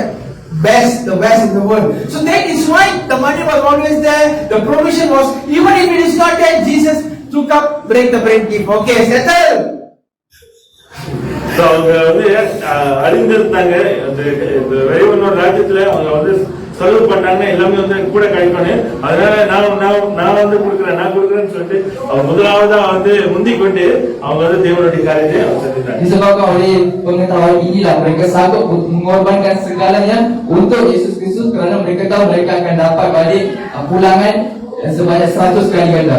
Why I say it so clearly is because you will notice after Jesus Christ already crucified, everybody go back for fishing. இதுதான் வந்து நம்மளுக்கு வந்து தெளிவா தெரியும்னா இயேசு கிறிஸ்து அவர் சிலுவையில அறைந்த பிறகு அவங்க மீன் பிடிக்கிறவங்க திருப்பி வந்து மீன் பிடிக்கிற தொழிலுக்கே போயிட்டாங்க. Kenapa saya menekankan benda ini dengan tegas ya? Kerana selepas Yesus Kristus disalibkan, kita dapat lihat semua pengikutnya telah berbalik untuk Menangkap ikan. Faham tak? Itu sebab kita cakap begitu. Okay, today, if Jesus Christ is here, don't you think everybody will come?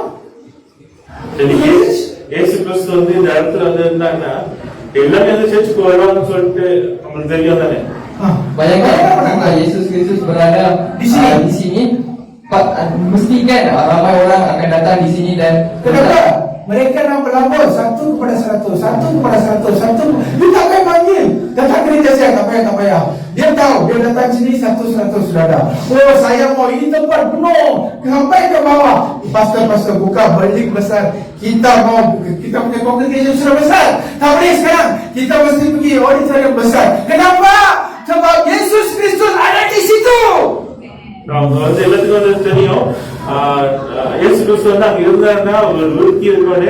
அதனால இந்த இடம் ஃபுல்லா வந்து நிரம்பி கீழே இருக்கிறவருக்கு அவங்க வந்து எல்லாம் இருந்துன்னு சொல்லுவாங்க. இந்த இடம் போதாது, நம்ம வந்து ஒரு ஆடிட்டோரியம் பெரிய இடத்துக்கு வந்து போவோம் அப்படின்னு சொல்லிட்டு அவங்க வந்து சொல்ல ஆரம்பிப்பாங்க. Jika Yesus Kristus berada di sini, maka rezekinya akan berlimpah-limpah sebab mereka tahu bila mereka melabur dalam kerja Yesus Kristus, mereka akan dapat balik 100 lipat kali ganda dan orang-orang akan berkumpul sampai ke bawah sehingga kan kita perlu tak ada tempat untuk duduk dan kita perlu pergi ke tempat yang lebih besar seperti auditorium untuk mendengar khutbah. Jelas kan? So sacrifice is something, a nature of a mature Christian. நம்ம வந்து தியாகம் பண்றது அது வந்து ஒரு முழுச்சடைந்த கிறிஸ்தவர்களுடைய ஒரு குணம். Membuat pengorbanan adalah salah satu ciri-ciri orang Kristen yang matang. Okay, point number 3, third point. மூணாவது குறிப்பு, A mature Christian will have goodness in their life. முழுச்சடைந்த கிறிஸ்தவர்கள் அவங்க வாழ்க்கையில அநேக நன்மைகள் வந்து இருக்கும். Ciri yang ketiga adalah orang Kristen yang matang ini akan memiliki banyak kebaikan di dalam hidup mereka. They will say good morning. வந்து காலை வணக்கம் சொல்லுவாங்க. Dia akan cakap selamat pagi. They will say thank you. நன்றின்னு Dia சொல்லுவாங்க. akan cakap terima They kasih. will say welcome.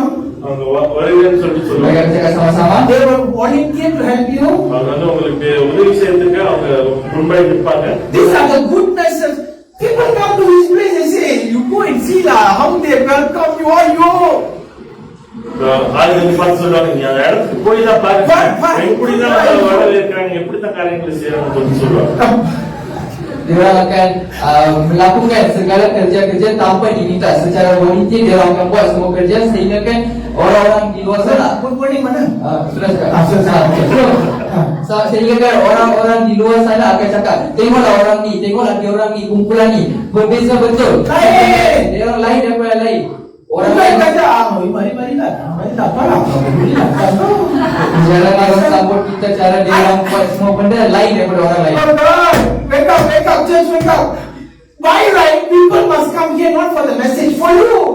இன்னைக்கு அந்த இடத்துக்கு வரவங்க அவங்க செய்திக்காக வந்து வரக்கூடாது, உங்களுக்காக வரணும். Sebabnya orang-orang yang datang ke persekutuan ini bukanlah untuk mendengar khutbah tetapi kerana anda. Mereka datang kerana anda. Sini ada satu perkara berbeza berlaku. Dia datang tengok, oh betul lah. Dia kawan cakap kawan dia. Kawan dia pun datang. Kawan dia pun datang. Pun cakap, betul lah. Saya rasa sangat comfortable. Selesa berada di tempat ini. Itukah yang dicakapkan oleh orang lain pada kita? நீங்க வந்து மத்தவங்க வந்து என்ன வந்து சொல்லணும்னா அந்த இடத்துக்கு வந்து போனா ஒரு வித்தியாசமா வந்து இருக்கு, வந்து எல்லாமே வந்து வித்தியாசமா இருக்காங்க.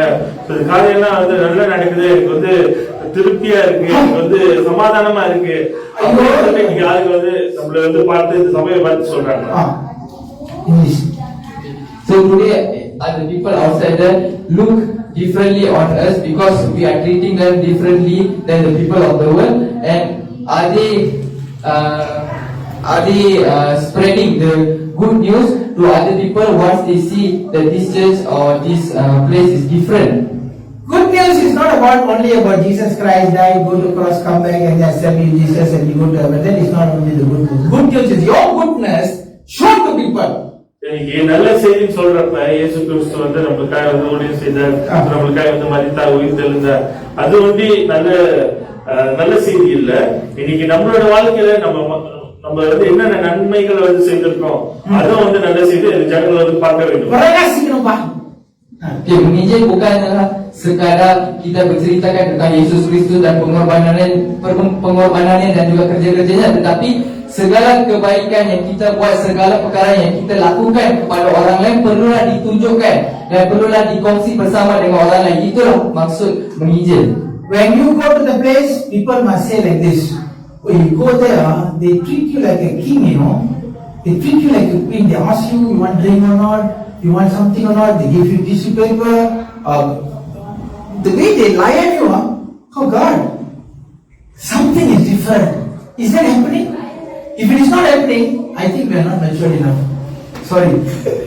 So, அது வந்து எப்படியா சொல்லணும்னா, அந்த இடத்துக்கு வந்து போனா நம்ம வந்து ராஜாவையும் பாக்குறாங்க, ராணிவையும் பாக்குறாங்க, இது செய்யறாங்க, பணிகளை செய்யறாங்க, இதை எடுத்து கொடுக்குறாங்க, அதை கொடுக்குறாங்க, சாப்பிட்டு கேட்கறாங்க, பிரேக்ஃபாஸ்ட் வாங்கி கொடுக்குறாங்க, இதை செய்யறாங்க, அதை செய்யறாங்க. ஐயோ, வித்தியாசமா இருக்குமா? நான் போராம இருக்க முடியாதுன்னு சொல்லணும். அப்படி சொல்லலைன்னா நம்மள முதிர்ச்சி அடையலன்னு அர்த்தம். Sepatutnya orang-orang di luar sana perlu bagi komen yang sebegini. Oh, kalau saya datang ke tempat ni, mereka melayani saya macam seorang raja, seperti seorang ratu. Mereka melayan, mereka bertanya tentang hari saya, mereka tanya tentang masalah saya, dan tiada perkara yang perlu saya risaukan apabila saya berada di sana. Dan sehingga mereka selesa, kita patut memberikan layanan sebegitu kepada mereka. Adakah perkara itu berlaku? Sekiranya perkara itu tidak berlaku, itu adalah tanda-tanda gereja ini mempunyai orang yang tidak matang. Faham? Saya bukan nak susahkan siapa hati, tapi saya nak orang faham. Gereja yang matang sepatutnya people must be comfortable when they come. So எப்போ வந்து ஜனங்கள் அந்த இடத்துக்கு வந்து அவங்க சமாதானமா எல்லா காரியமும் வந்து அவங்களுக்கு நன்மையா வந்து அவங்க நினைக்கிறாங்களோ, அதுதான் வந்து முதிர்ச்சி அடைந்த ஒரு சபை, ஒரு கிறிஸ்தவர்களுக்கு ஒரு அடையாளமா இருக்கு. Kalau umat Kristian di sini semuanya matang, maka orang-orang di luar sana akan selesa berada di sini. Okay, ini saya tambah tanya lagi, tanya diri sendiri ya. Ask yourself. Okay, 2 Corinthians 4:6, God says, for God has commanded the light to shine out of darkness, that shine in your heart to give the light of knowledge of glory of God in the face of Jesus Christ. 2 கொரிந்தியர் 4வது அதிகாரம் 6வது வசனம், இருளில் இருந்து வெளிச்சத்தை பிரகாசிக்க சொன்ன தேவன் இயேசு கிறிஸ்துவின் முகத்தில் உள்ள தமது மகிமையின் அறிவாகிய ஒளியை தோன்ற பண்ணும் பொருட்டாக உங்கள் இருதயத்தில் பிரகாசித்தார். Di 2 Korintus 4 ayat 6, sebab Tuhan telah berfirman, dari yang gelap akan terbitnya terang, dan juga yang terangnya bercahaya di dalam hati kita. Dari hati, dia keluar dari hati, cahaya keluar daripada hati. Okey, supaya kita beroleh terang daripada pengetahuan tentang kemuliaan Tuhan yang ada pada wajah Kristus. If you are having a good relationship with God, this light and goodness will shine automatically from you. எப்போ வந்து தேவனோடு வந்து நம்ம நல்ல ஒரு உறவு அந்யோன்யத்துல இருக்குமோ, நம்ம இறுதி வந்து அதே தானாகவே வந்து பிரகாசிக்கும். வெளிச்சம் அப்படியே அடிக்கும், லைட் இப்படி அடிக்கும். Kalau hubungan kita dengan Tuhan kuat, maka cahaya yang kita bacakan dalam ayat ini akan menyinari dalam kehidupan kita, sehingga orang lain yang di luar sana dapat nampak cahaya ini menyinari daripada hidup kita. People outside there, they are in darkness, they don't know anything. But the moment they see you, the light is there, like a torchlight. Then everybody see, oh, now I can see it, I know what to do. Because why? The light is shining from you. The goodness is the light. வெளியில வந்து இருக்கிறவங்க அவங்க வந்து இருள்ல வந்து இருக்காங்க. சோ நம்ம வந்து அந்த இடத்துக்கு வந்து போற வழியில அந்த வெளிச்சம் வந்து பிரகாசிக்கிற வேளையில அவங்க வந்து காரியங்களை வந்து பார்க்க ஆரம்பிப்பாங்க. அந்த வெளிச்சத்தின் நிமித்தம் சோ நம்மளோட இருதயம் வந்து அப்படியே வந்து நம்ம பிரகாசிக்க ஒரு பாத்திரமா இருக்க வேண்டும். Orang-orang di luar sana hidup di dalam kegelapan. Jadi kita yang hidup di dalam keterangan cahaya Yesus Kristus, apabila kita pergi atau berjumpa dengan mereka, cahaya ini patutnya menyinarkan hidup mereka dan sehingga kan mereka dapat tahu dengan jelas apa yang mereka patut buat dan mereka mendapat jawapan daripada segala masalah mereka. Dan itulah cara yang kita patutnya hidup. It is point number 2. Let's go to point number 3. இது வந்து இரண்டாவது குறிப்பு. Point 3. Let's go to point 3. Is it point 4? No. Okay, point 3. Okay, let's go to point 4. நான்காவது குறிப்பு. So ini adalah ciri yang ketiga. Mari kita lihat ciri yang keempat pula. The fourth point, they will be learning to pray. So நான்காவது குறிப்பு வந்து என்னன்னா அவங்க வந்து ஜெபிக்கிறதுக்கு அவங்க ஆசைப்படுவாங்க. Ciri keempat orang Kristian yang matang adalah mereka suka untuk berdoa. When you say prayer meeting, just number 1. Saya pastor, saya nombor 1. Letak nama saya mesti ada sana. Pray bila buat, all night pray bila mau buat. Soalan, semua bila pray dia akan volunteer nombor 1. So அவங்க வந்து எப்போ வந்து நம்ம வந்து ஜெபிக்க போறோம்னு வந்து சொல்றப்ப முழு நேரமா ஜெபிக்க போறோம்னு சொல்றப்ப அவங்க தான் முதல்ல கை தூக்குவாங்க. நான் போதுகிறேன் நான் வரேன், நான் எப்போ வந்து நீங்க செய்ய போறீங்க, நான் வந்து வரேன்னு சொல்லிட்டு அவங்க வந்து ஆசைப்பட்டு முன்பா நிற்பாங்க. Okay. So orang-orang yang matang ini bila kita sebut kita akan adakan prayer meeting, orang-orang itu akan cakap, oh saya akan datang, saya orang pertama yang nak datang untuk prayer meeting ini, pastor letak nama saya akan di prayer meeting ini. Dan bila kita sebut kita akan buat sembahyang ataupun doa sepanjang malam, mereka lah orang pertama untuk volunteer untuk datang dan untuk melakukan doa-doa itu di gereja. The strength of the church is not from the money they collected or the number of congregation or the square feet of the church building. The strength of the church is the number of people come for prayer.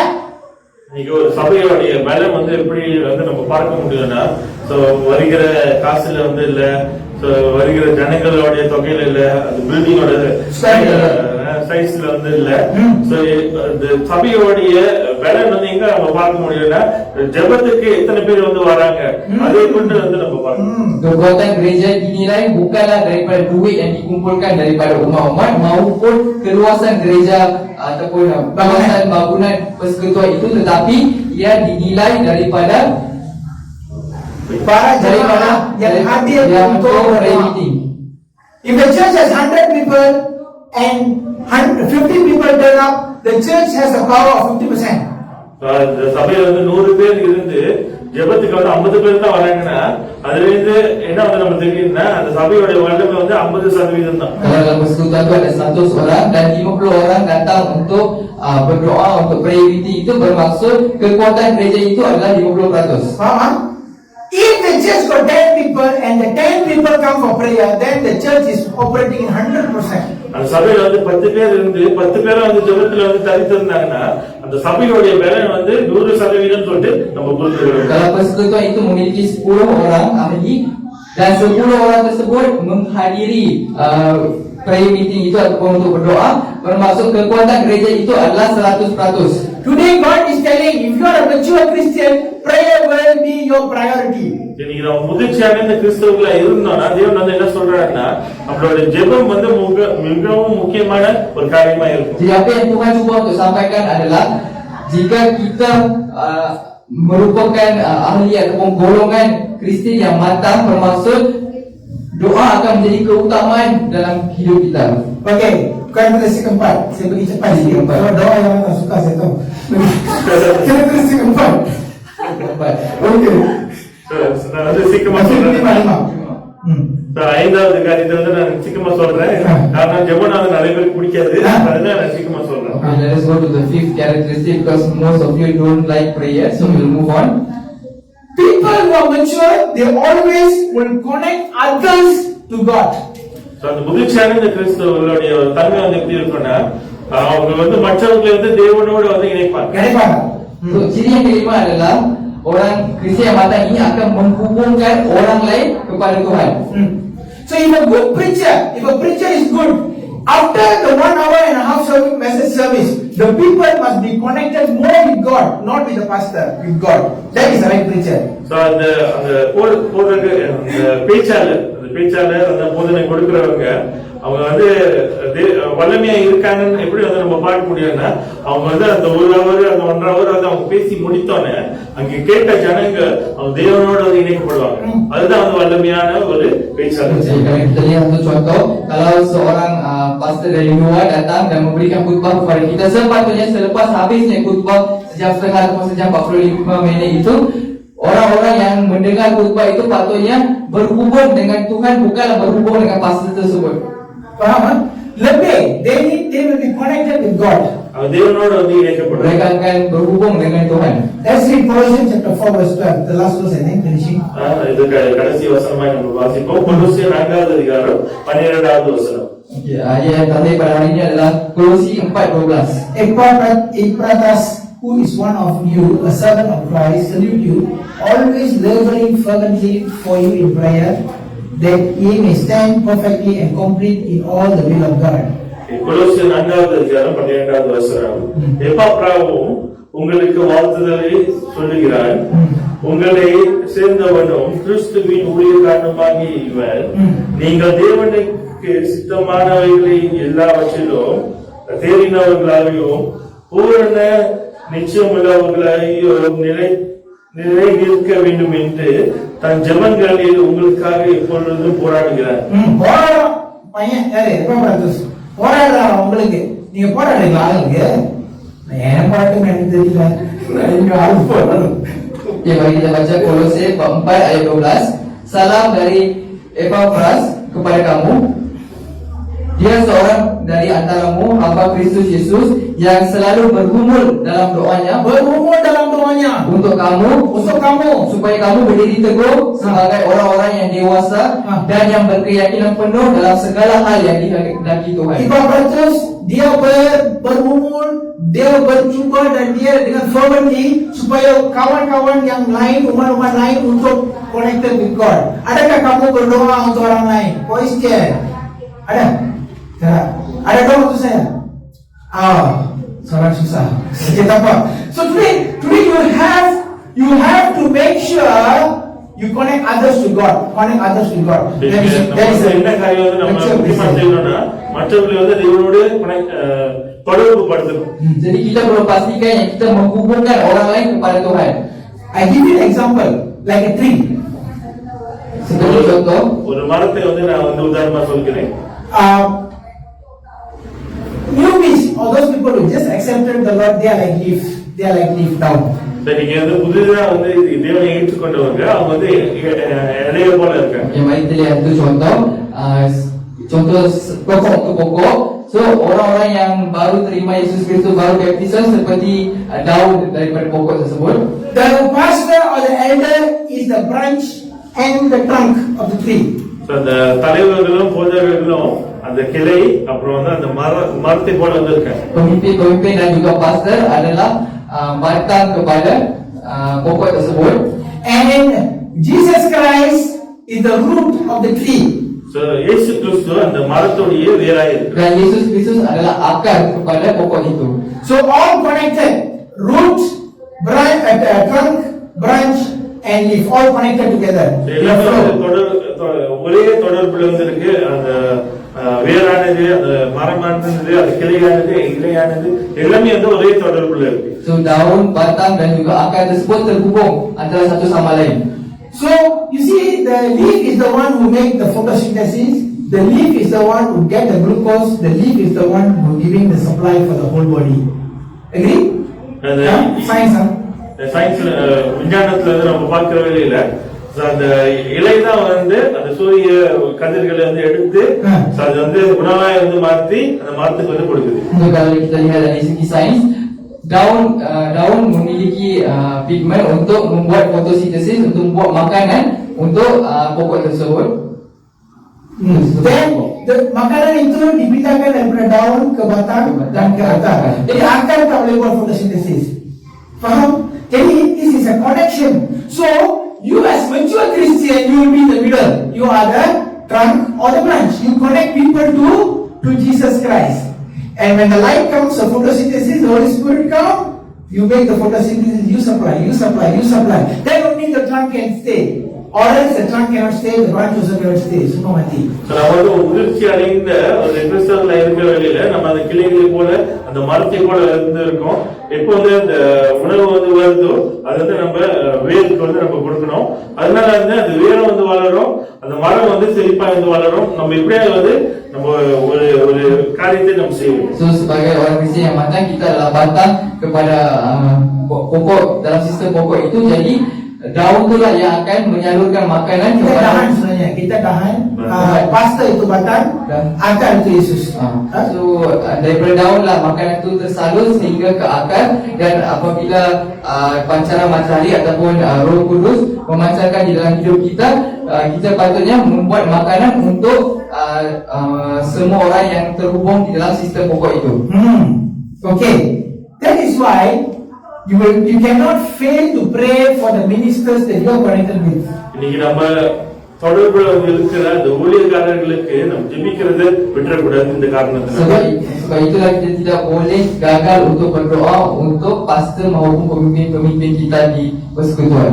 If the trunk fall, you automatically fall. எப்போ வந்து அந்த மரம் அந்த கிளை வந்து உடைந்து சாயுதோ நம்ம வந்து தானாகவே நம்மளே விழுந்துரும். Kalau batang pokok itu tumbang, kita pun tumbanglah kita. Faham? Jelas kan? So this is the connection. So these are telling for some preachers.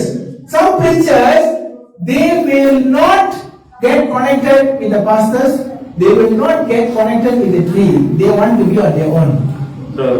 இது வந்து சில தலைவர்கள் சில அவங்க வந்து எப்படியா வந்து இருக்காங்கன்னா, அவங்க போதகர்கள் கூடயும் வந்து அவங்க தொடர்புல இருக்க மாட்டாங்க, அந்த இயேசு கூடயும் அவங்க தொடர்புல இருக்க மாட்டாங்க. நான் தானா வந்து இருக்கேன்னு சொல்லிட்டு அவங்க இருப்பாங்க. They will split the church. Half come with me. I become the batang now. You are only dahan. I can be batang. Baru ini macam kecil macam mana mau budak itu goyang macam besar. Faham tak? They will split the church. They go on their own. They think what? I have calling God talk to me. Hey, you are having trouble. அவங்க வந்து என்ன சொல்லுவாங்கன்னா, அவங்க சபையில வந்து ஒரு பிரிவினை வந்து உண்டாக்கி என் கூட வந்து நீங்க வந்துருக்க, நான் வந்து உங்களுக்கு வந்து மரமா இருக்கேன்னு. எப்படி வந்து ஒரு கிளை வந்து மரமா மாற முடியும்? அது வந்து அதுக்கு வந்து பலன் இருக்காது, அந்த பெரிய கனியை வந்து அவ்வளவு பெரிய இவ்வளவு பெரிய கிளை பிடிக்குமா? அதான் பிடிக்க முடியாது. கூட்டுக்கோம் 6 மாசத்துல கூட்டு விஷயம் திருப்பி வருவாங்க. Banyak. Biasa setengah pastor ataupun pemimpin, mereka tidak mahu berhubung dengan akar dan juga dengan daun, dengan batang ataupun dengan daun. So mereka nak berada bersorang-sorangan. Dia orang nak asing daripada pastor, asing daripada pemimpin-pemimpin. Jadi apa yang dia orang buat, dia cakap, okay, saya nak saya nak buat gereja baru dan kita akan ambil separuh ahli daripada gereja ini untuk jadi ahli dalam gereja baru. So masalahnya bukanlah untuk membuka gereja baru, tetapi mereka itu bagaikan batang ataupun dahan yang kecil. So macam mana dahan yang kecil itu nak tahan buah yang besar? Boleh. Semestinya dahan itu akan pecah, akan patah. Remember, all churches, the root is Jesus Christ. You can call whatever name you are. You must be connected to the root. And the man of God that God gave is a trunk. Wait until the fire die. Wait. Be patient. எந்த சபை எந்த பேருன்னா வச்சு எந்த சபையா வந்து இருக்கலாம், ஆனா அந்த சபைக்கு வந்து வேறானது இயேசு கிறிஸ்து மாத்திரமே. நடுவுல வந்து இருக்கிறது அந்த போதகர் இருக்கிற வரைக்கும் காத்திருக்கணும். அவங்க வந்து எடுத்துக்கொள்ற வரைக்கும் காத்திருக்கணும். God will promote you when the time comes. எப்போ வந்து அந்த நேரம் வருதோ தேவன் வந்து உங்களை உயர்த்துவார். Remember that the root knows you. The root will make you grow another branch. The branch will automatically come out. Another trunk will come out. Then another trunk will come out. Another trunk will come out. Why? Because God says this branch is good. Can go bigger. So, அந்த வேருக்கு வந்து தெரியும் எப்படி வந்து வளர வைக்கணும்னு. அதுல வந்து தானாகவே வந்து அதோடைய ஒன்னொன்னு வாரத்தை வந்து உருவாக்கும். So, அதனால வந்து அந்த வேருக்கு வந்து அந்த காரியம் தெரியும். Susah cakap. Bukan banyak. Okey. Okey, so sekarang ni kisahnya sebegini. Kisahnya sebegini. Akar ni sebenarnya dia tahu yang mana yang baik, yang mana yang buruk, sebab akar ni yang menjaga ataupun dia yang kontrol semua benda. So dia tahu batang mana ataupun dahan mana yang baik, yang mana yang buruk. Jadi bila kita berada di dalam sebuah persekutuan, kita perlulah setia kepada pemimpin dan juga kepada pastor. Janganlah kita gelabah ataupun kita cepat untuk kita tinggalkan dalam sistem persekutuan, sebab Tuhan tahu masa yang terbaik untuk nak tinggikan derajat kita di dalam sistem persekutuan. Jadi apa yang pastor cakap tadi, kita perlu tunggulah untuk sehingga pastor tu hidup ataupun pemimpin tu hidup, kita perlu tunggu dan bersabar. Tuhan akan memberi ordinasi ataupun Tuhan akan memberi gelaran maupun apa yang you perlu pada masanya yang tertentu. Bila Tuhan bagi, sesiapa pun tak boleh kacau sebab Tuhan yang bagi. Tepuk. எப்போ வந்து தேவன் சொல்லிட்டு தெரியும். அதனால வந்து யாரையும் வந்து அவசரப்படுத்த தேவையில்லை, அவசரப்படுத்த தேவையில்லை. எப்போ வந்து தேவன் வந்து உயர்த்தமோ அந்த நேரத்துல வந்து அவர் உயர்த்துவார். அது வந்து யாராலும் வந்து தடுக்க முடியாது. Okay, question. How does the mature children connect with everyone? How? சரி, கேள்வியானது எப்படி முதிர்ச்சி அடைந்த அந்த பிள்ளைகள் மற்றவங்களோடு வந்து அவங்க தொடர்புல இருப்பாங்க. Persoalannya, bagaimanakah orang-orang Kristian yang matang ini berhubung dengan Tuhan? Bukan Tuhan, berhubung dengan semua. Berhubung dengan semua orang yang lain.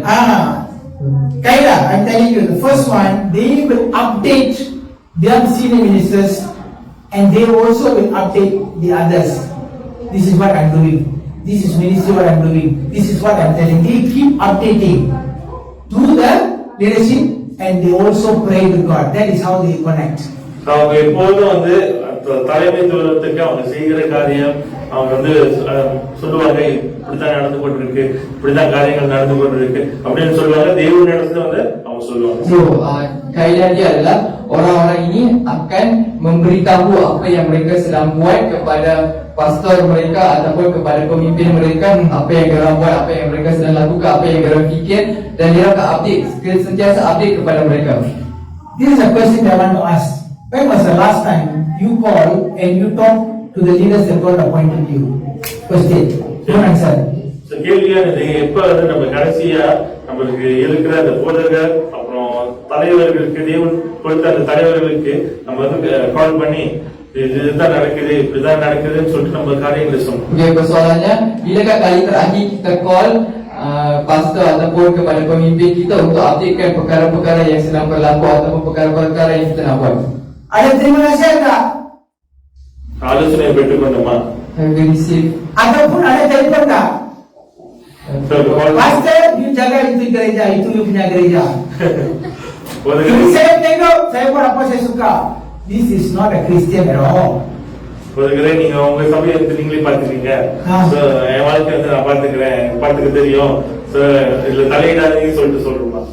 Pastor, you take care of your church, I will take care of my life. Please don't involve in my life. That is what people are doing. இதுதான் வந்து ஜனங்க சொல்றாங்க. And that is why they are not mature. I believe they are not even Christians in the first place. அதனாலதான் அவங்க முதிர்ச்சி அடைந்தவர்களா இல்ல, அவங்க வந்து கிறிஸ்தவர்களா இருக்காங்கனாலே ஒரு சந்தேகமா இருக்கு. Orang-orang sebeginilah bukan contoh yang terbaik ataupun bukan contoh yang terbaik untuk dijadikan sebagai. Let's read one verse so that to give you the confirmation. 2 Corinthians 5:20. 2 Corinthians 5:20. 2 Korintus 5:20. And now we are the ambassador of Christ, as through God did beseech you by us. We pray for you in Christ and steady ye be reconciled to God. 2 Corinthians 5:20. ஆனபடியினாலே தேவனானவர் எங்களை கொண்டு புத்தி சொல்கிறது போல நாங்கள் கிறிஸ்துவுக்காக ஸ்தானாதிபதிகளாய் இருந்து ambassador தேவனோடு ஒப்புரவாகுங்கள் என்று கிறிஸ்துவின் நிமித்தம் உங்களை வேண்டிக் கொள்கிறோம். 2 Korintus 5 ayat 20. Jadi kami ini adalah utusan-utusan Kristus, seakan-akan Tuhan menasihati kamu dengan perantaraan kami, dalam nama Kristus kami meminta kepadamu, berilah dirimu didamaikan dengan Tuhan. So you are an ambassador, kedutaan. Kamu adalah saudara kau. Dia வந்து representing heaven kingdom on earth. So நம்ம வந்து ஒரு ஸ்தானாதிபதிகள ஒரு தூதரை போல வந்து இருக்கோம். நம்ம பரலோகத்தை இந்த பூமியில நம்ம Kita adalah, kita sebenarnya adalah duta kepada kerajaan Tuhan di syurga.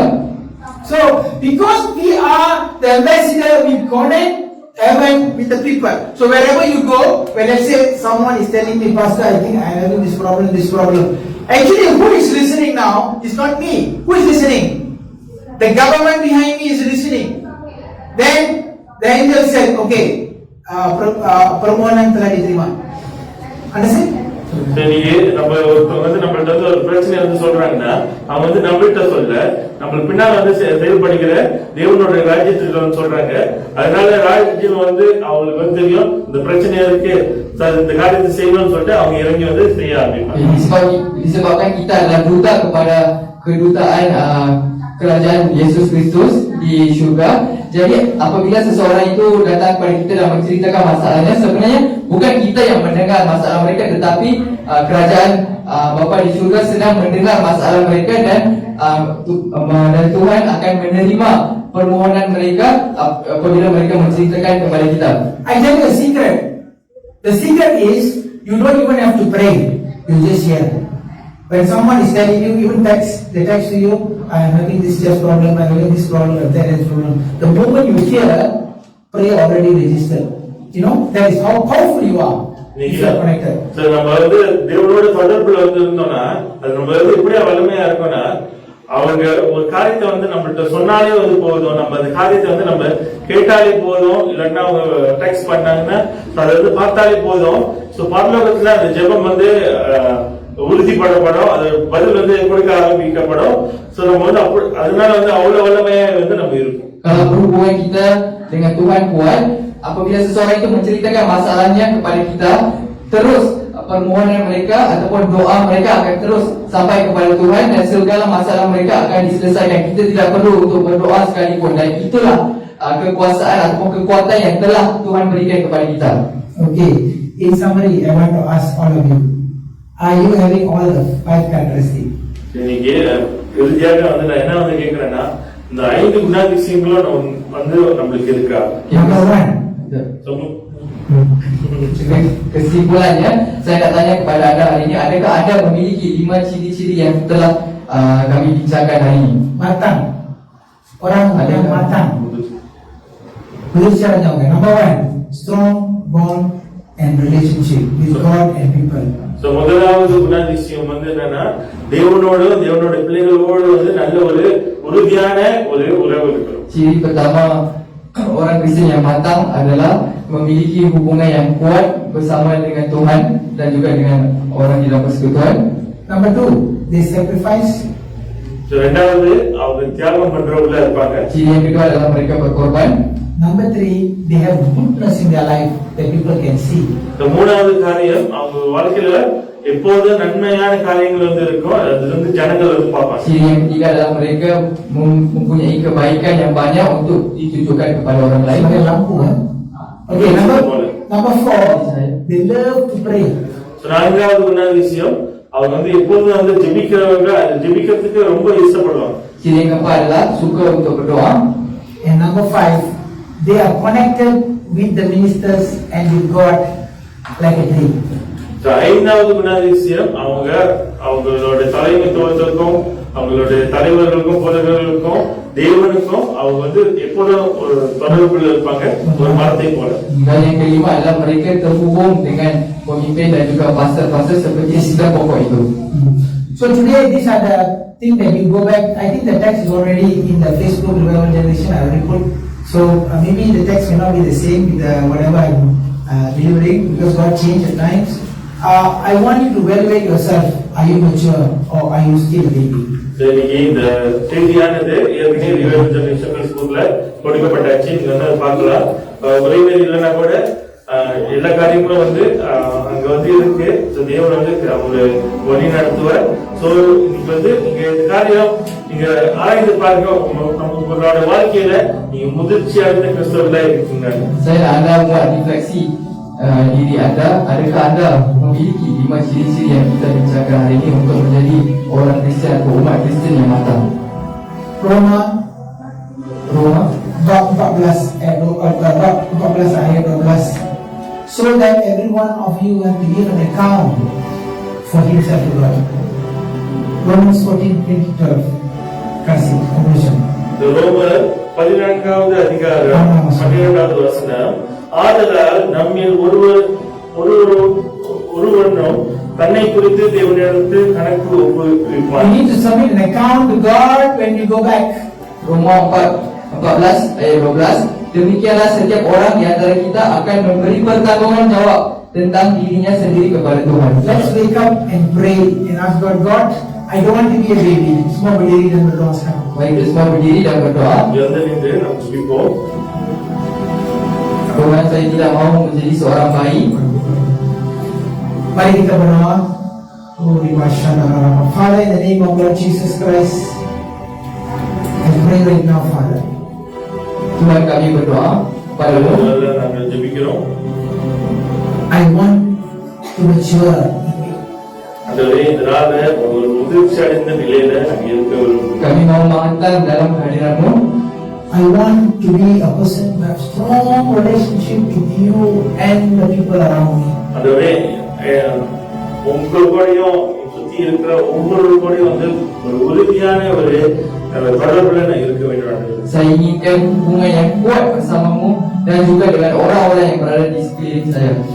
Help me, Lord, to be sacrificing in your kingdom that I may inherit 100-folds. ஆண்டவரே, உங்களுடைய ராஜ்யத்துல நான் வந்து தியாகம் பண்றவனா, நான் 100 மடங்கு வந்து பெற்றுக்கொள்கிறவனா நான் இருக்க வேண்டும் ஆண்டவரே. Bantulah aku untuk berkorban demi kerajaan-Mu, demi kerja-kerja-Mu. 100 kali. Untuk mendapatkan 100 kali. Lord, make me have a goodness that people may see the light from my heart. ஆண்டவரே, வாழ்க்கையில நல்ல காரியங்களை நீ வைக்கும்படியாகவும் ஜனங்கள் எங்க வாழ்க்கையில இருக்கிற அந்த வெளிச்சத்தை பார்க்கும்படியாக உதவி செய்யணும். Tuhanku, tanamkanlah kebaikan dalam diri kami untuk ditunjukkan kepada orang di luar sana. But Father, help me to pray that I may be connected with you in prayer and fasting.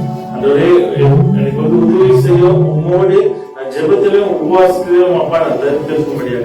Bantulah kami untuk berdoa dan berpuasa di dalam nama-Mu.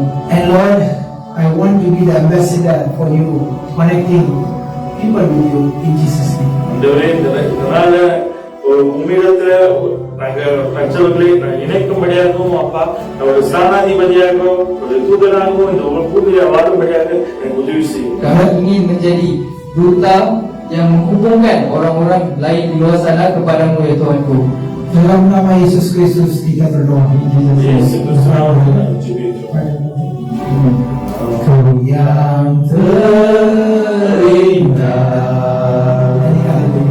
di dalam hidup ini, tiada harga Tuhan yang seperti Engkau, bersabar penuh kemuliaan. Kau yang termanis. Kau yang termanis di dalam hidup ini. Ku cinta Kau lebih dari segalanya. Rasa kasih setiamu kepadaku, ku sembah Kau, ya Tuhanku. Present yourself. Ku tinggikan nama-Mu selalu, tiada lutut tak berteluh. Menyembah Yesus, Tuhan dan Juru.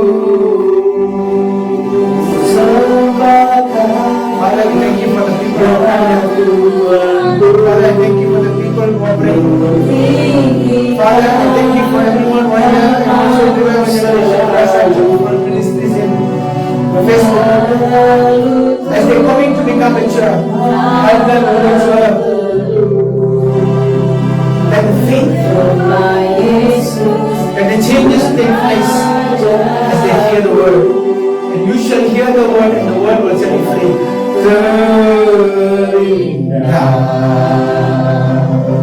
Di dalam hidup ini, Tuhan yang seperti Engkau bersandar kasar penuh kemuliaan. Kau yang terani, most bijak dan hadir dalam hidup ini. Ku cintakan lebih dari segalanya, besar kasih setiamu kepadaku. Ku sembah ya Tuhanku. Thank you, Father, for this time. Thank you for the message. Thank you for the word.